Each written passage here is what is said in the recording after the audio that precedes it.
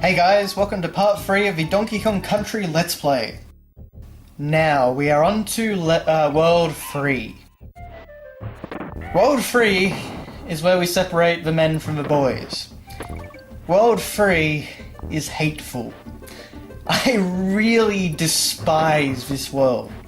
Really, genuinely despise it. And I don't really know why World 3 is... why I find it so difficult, or why it has such difficult levels. It seems like an odd place. I find later levels, like World 5 and 6, much easier. And as you can see right there, we just had a lovely instance of cheap death.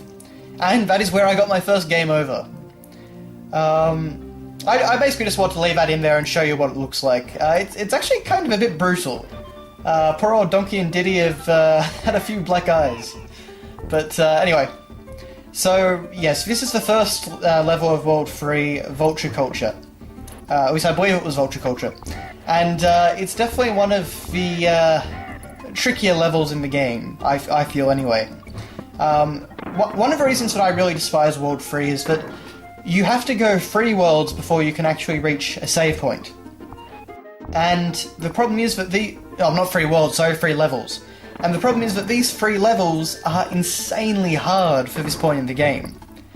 Honestly, they honestly trump Worlds 5 and 6. Well, at least most of Worlds 5 and 6 anyway for me. I get really frustrated with these few levels. At any time that I actually have to do them, I really just kind of lose interest in the game. Which is a big shame, because the rest of the game I also like. It's really just this point here. World 4 I'm not a big fan of either, but it's not... I don't know, it doesn't seem as bad.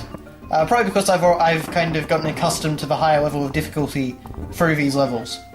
But what I had actually hoped to have was basically I was going to use my old save file and just select these levels and play through them, and that way I didn't have to worry about save points or anything like that. Unfortunately though, my cartridge had erased my save file. The save battery still works, but my save file had been erased. So I had to play through the entire game again, including this. And the problem with having to complete these first three insanely hard levels without a save point is that if you get a game over while on these 3 levels, you have to do them all again. You can't just restart on that level or anything like that. So if I get to the 3rd level before a save point and I die, I have to do the 1st and 2nd again, which is not fun. And this happened to me many times while playing this game. As I was actually mentioning in part 2, when I was at a friend's birthday party, one night, and we were all trying to beat Donkey Kong Country, and we were kind of like round robinsing the game, so we were all taking turns and that sort of thing. This is where our game ended. We got stuck, and we gave up. I think we actually went on to playing Smash Brothers or something. So, you know, it's just one of those difficulty spikes that really annoys me, and it really does have a negative impact when I'm playing the game. For me, anyway. I'm sure there are some people that find this incredibly easy and, you know, have absolutely no problem with it. But anyway, for the most part, I don't make this look too bad, but let it be known that many deaths were cut out. So, anyway.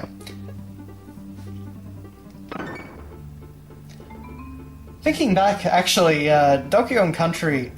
I remember it kind of being pretty prominent, actually. Any time I saw a Super Nintendo in my childhood, it seemed to have Donkey Kong Country in some form as one of the games attached to it. Because I remember, my friend who was at whose birthday party it was, he had a Super Nintendo and he had Donkey Kong Country 1 and 2, I believe. I don't think he had 3. And then my karate dojo had a Super Nintendo as well, and that actually had Donkey Kong Country 1 and 2 as well. And Donkey Kong Country 2 I remember being played a lot more often by the other kids there, but Donkey Kong Country 1 was there as well. And aside from that, the Super Nintendo that I actually got came with Donkey Kong Country 1, 2 and 3. So, over the years, I've kind of associated it as one of the major Super Nintendo titles. It's actually funny for, just thinking about that in my head right now. But, you know, as I said in part 1, I really love this game. It's just a really fun platformer and really different to a lot of the other things that are on the system, of the other platformers on the system. You know, it's like, it's kid-friendly, it's fun, it's funny, it's lighthearted, but it's also got kind of a different look and a more atmospheric sound and stuff like that. Anyway, so basically, what I suggest you do, and this is something that I only realised on recent playthroughs, is that after level 2, you can actually gain access to Funky's flights. And what you can do is you can use that to fly to World 2 or World 1, use a save point, and then fly back using the Funky's flights in those worlds. Back when I was a kid, I didn't realise that. So, yes, if you're playing World 3 and you make it past level 2, I highly recommend you do that. But anyway, now we're on to the next level. And we've now introduced the mechanic of these moving ropes. And these move automatically left and right. And so the name of the game here is more like avoiding enemies, which are like obstacles in this level. I love there how Donkey Kong starts running away and then he just kind of comes back. Because I got an extra DK barrel just then. Yeah, so basically just like this, you've got to kind of avoid all the obstacles and enemies. And it does get a little bit tricky.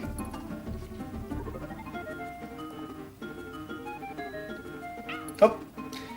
One thing that I also want to mention about the development of this game is that this is really the game that put Rare on the map.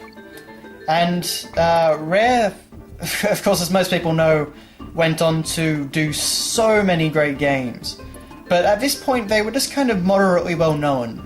They'd had Battletoads, and despite being incredibly hard, that game was, I believe, a fair success. And, you know, but this was really what catapulted them to new heights. I mean, they were experimenting with new technologies, which really showed, well, they kind of cheated, but it was, you know, supposed to show how impressive the Super Nintendo could be. You know, obviously as compared to the Sega Mega Drive / Genesis. And, you know, this game is really what propelled them to the heights that they gained. And the Donkey Kong Country trilogy is, at least from as far as I know anyway, what really allowed them to become such a, you know, mass-producing giant during the N64 era. Because, honestly, if you look at the N64, it's, in terms of the quality games, it's basically Rare and Nintendo just supplying everything. And Rare put out so many games for the N64 that, like, it's absolutely crazy how many that one British development studio put out, despite being nowhere near the, you know, the size of anything like Nintendo. So this is really the game that gave birth to the Rare legacy. And anyone that follows my channel knows that I am a huge Rare fan. I mean, in addition to Donkey Kong Country, you know, games like Donkey Kong 64, Banjo-Kazooie, Banjo-Tooie, GoldenEye, you know, Killer Instinct. There are so many Rareware games that are just, you know, that really just kind of help form my gaming, you know, my gaming childhood and that sort of thing. So I'm a huge fan of theirs. And, you know, very, very disappointed that nowadays they're just kind of, you know, gone. But at least Donkey Kong has gotten out of purgatory over the last few years, with Donkey Kong Country Returns, and now with Tropical Freeze. As I said inside my other videos, I'm not a big fan of Donkey Kong Country Returns. I kind of feel like it lost a lot of what made this game special. And beyond just like the art style and the music, the atmospheric music, like I was talking about in Donkey Kong Country, in part 1 of this Let's Play series, I kind of feel like it also kind of, I don't know, it feels very different gameplay-wise as well, and it loses a lot of the feel and the charm of the old Donkey Kong Country games. It's a great game, but it feels like its own separate beast. I don't usually get a huge Donkey Kong Country feeling from it. which has kind of just been my disappointment with that series. Hoping that Tropical Freeze might change my mind on that, but admittedly there's only been one game and then one 3DS port, but we'll see how we go.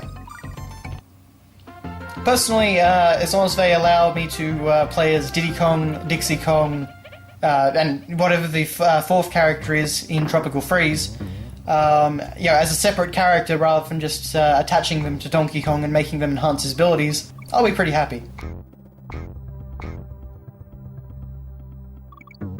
But anyway, the big gimmick of this level is basically that the Naughty Beavers in their wheels will chase you across the level. And I remember this being one of the levels I really hated to do as a kid as well. Just one of the other great World 3 levels. I don't actually find it too hard now. There are just a few kind of difficult jumps. You could see that one there. I only just made that. And as you can see, he caught up with me too fast, so I took a hit. Luckily though, I had Donkey Kong insurance. But anyway, that is the end of part 3, so thanks for watching guys, and I'll see you later.